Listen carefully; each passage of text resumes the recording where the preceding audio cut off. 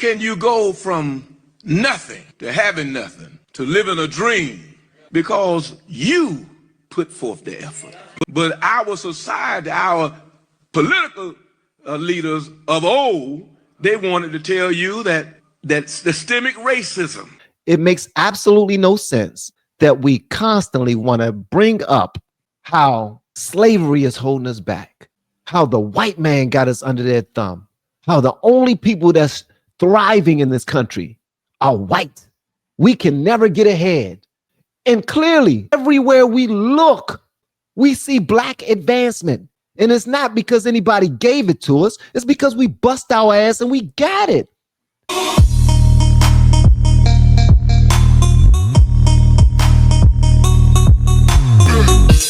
Only in America can you go from nothing to having nothing to living a dream because you put forth the effort. You overcame. You educated yourself. But our society, our political leaders of old, they wanted to tell you that systemic racism is the reason you can't get ahead. And all you got to do is turn on, you love football, turn on football, and there's a black quarterback, a black coach, a black commentator making millions of dollars in the same America that they told you couldn't make it in. You got a black president, a black vice president, but you still are being told that you can't do nothing because of racism. That is their way of setting you on the sideline. They won't tell you the reason that you're having problems because your walls have been torn down. You won't devote yourself to one woman. You got more babies than any one man ought to have. Oh, go ahead. They tell you that the reason white folk do good is because they got white privilege. I call it family privilege. Amen. If I had a job and I owned a business and my child came or my friend child came and wanted a job and then you showed up wanting a job, who you think I'm going to give it to? And the problem is we have not positioned ourselves to give our children any family privilege. Based off of what this brother was saying, it's not about master doing anything for us. It's showing our achievements since we've come over here. It makes absolutely no sense that we constantly want to bring up how slavery is holding us back, how the white man got us under their thumb, how the only people that's thriving in this country are white. We can never get ahead. They're holding us down. And clearly, everywhere we look, we see black advancement. And it's not because anybody gave it to us. It's because we bust our ass and we got it. Everywhere you look. So whenever somebody want to complain to me that we're black and we can't do what they do, we're black and we need this, they're trying to hold us back. Like I'm like, who? Okay, please show me a picture of they. I need to see they. Who the hell is this they we keep talking about? They don't want you doing good. They don't want you happy. Please show me they so I can whoop they's ass because they ain't do nothing to help me get to where I am right now. I did this under God. God bless me to believe in myself. God bless me with a wife. God bless me with a kid. With kids. God bless me with a community of people that I was appreciative of, that I poured love into and they poured love back into me. I pour support into, they pour support back into me. And I actually have that family privilege now. If somebody need a job, I can bless my family with it. My son, LFR, shout out to LFR JoJo, who's killing it on his own channel. We are doing exactly that now in today's age. What that man has said is like a slap in the face every single time a black person try to act as if we cannot do good in this country. The first thing I say to them is find you another country that you can do better in, move the hell over there and get it popping. Because over here, all of the black people I know, they doing well. So whenever they complain, I'm like, come on, man, miss me with that bull sugar honey iced tea. Absolutely. I say it all the time, man. You know, the one beautiful thing about America is that every day you wake up, man, you get a chance and a choice. We live in a bubble, a good bubble. Absolutely. Average salary around the world, $6 a day. How many of y'all work for $6 a day? None of us. The average salary in Maryland is over $70,000 a year. None of us. Hey, man. And the thing is that this past I seen this and I was like, I gotta put this short out there. I gotta do it. And That was a I great was like, man, short, he's absolutely right, because it is about it's family privilege that's missing, because and the data doesn't lie that when you have mom and dad rearing up the children, the percentages are with you and your children of raising those children up to be successes, productive members of society. Yep. The numbers don't lie. I bet y'all didn't know this. There has never been a Super Bowl winning quarterback that grew up in a single family led household. Wow. Wow. I did not know that. Never knew that. I did not know. Really? Hey, you got a new trivia question today. I did not know that. Like Justin Lunny says, now you know. What up, Jeff? I did not know that. There has never been a NFL Super Bowl winning quarterback that came from a single parent led household. Never happened. Incredible. Really?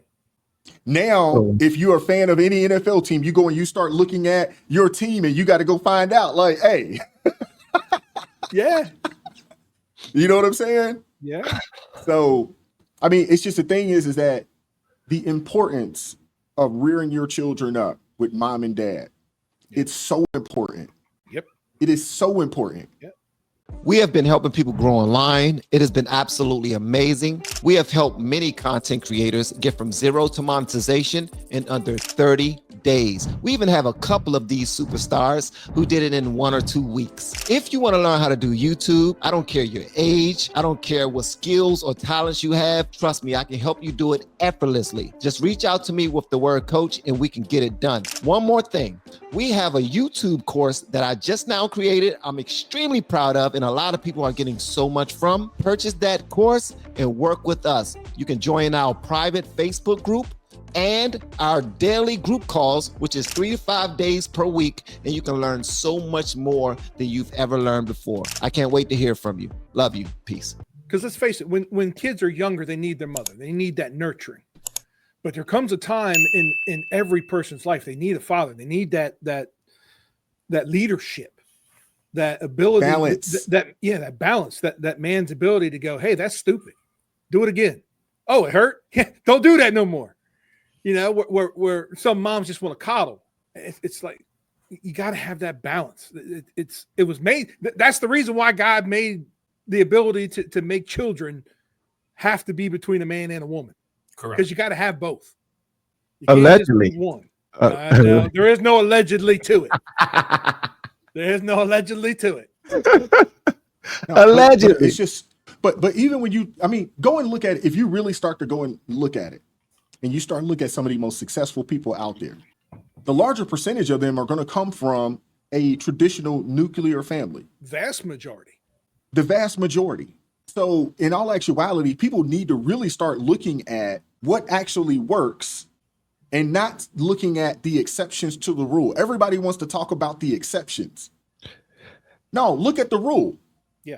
Well, the reason why they want to look at the exceptions is because you have a Jay-Z whose mom raised him. You have a Biggie Small who mom raised. You have a LeBron James whose mom raised him. You have a Jason Tatum whose mom raised him. You have you got all of these different people. That is true. But who let's just look at raised by their mom, and they went on to do great things. And you're like, see, it's all but for every one of them, history.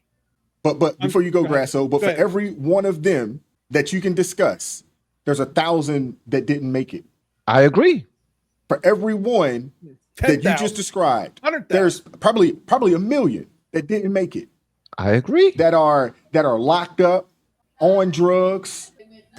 In some cases, maybe not locked up on drugs, but living at home with their mama still at 35. And at some point, they were probably better than they were. And we're looking at exceptions. Yeah, it's because you can't argue exceptions. There's always another exception. There's always another exception. So whenever you start getting into a conversation with people and they want to start making it about exceptions, they've lost the argument because now we're just moving the goalposts. Like you said, the average person is not an exception to the rule. You are the statistic. You are the rule. Grass. So something I noticed, and I don't know if y'all know this. Whenever you're talking to somebody who can lean on an ailment for their argument, that's exactly what they're going to lean on. So when it comes to the topic of Black people and where we are in America, the first thing we want to go to is our ailment: racism and white supremacy, systemic racism, slavery, those type of things. And they don't want to acknowledge, like a Jasmine Crockett, a beautiful, intelligent young lady. Mika don't think she's intelligent. She says she's not I smart. don't think she's smart either. But I'm with Mika. I don't think she's smart either. I believe that she was in his. I'm just going back to the short that you showed. She's become super successful in this racist country that Black people cannot do well in. She's smart enough to play the game. She's smart enough to manipulate people and play the game and act like there's no hope. Because Joy Reid, somebody hosting. Joy Reid. That's the thing. You know, play whatever the play is that makes you get that check. You're tugging on them heartstrings. What's that? They tug on them heartstrings. It's all honestly. No, it ain't the heartstrings. When a white person or when a Black person says something is racist, it's a dog whistle. And you have a lot of older Black people that get in their feelings when they hear the term racism and say that something is racist. Yeah. And they get in their feelings about it. It's a dog whistle. And Democrats know that. And that's why they'll say, oh, you don't support the alphabet community? You're racist. Oh, you don't support men playing in women's sports? That's racist. Because they've ushered in this debaucherousness, they've ushered in this wickedness on the backs of Black people. And so therefore they can use it as a shield to say that if you don't agree with any of this stuff, it's racist. No different than here in Maryland, where, they use this Black woman, to implement this daggone bill. So anybody that goes against the bill of putting condoms in elementary school, you're racist, because how dare you go against a Black woman? Yep, exactly. It's a dog whistle. That's all it is. And people need to be smart enough to realize the game. And the reality of it is this. As someone, I worked in corporate America starting in 2008. Prior to that, I was in the military. Life is a game. And you need to understand the rules to said game.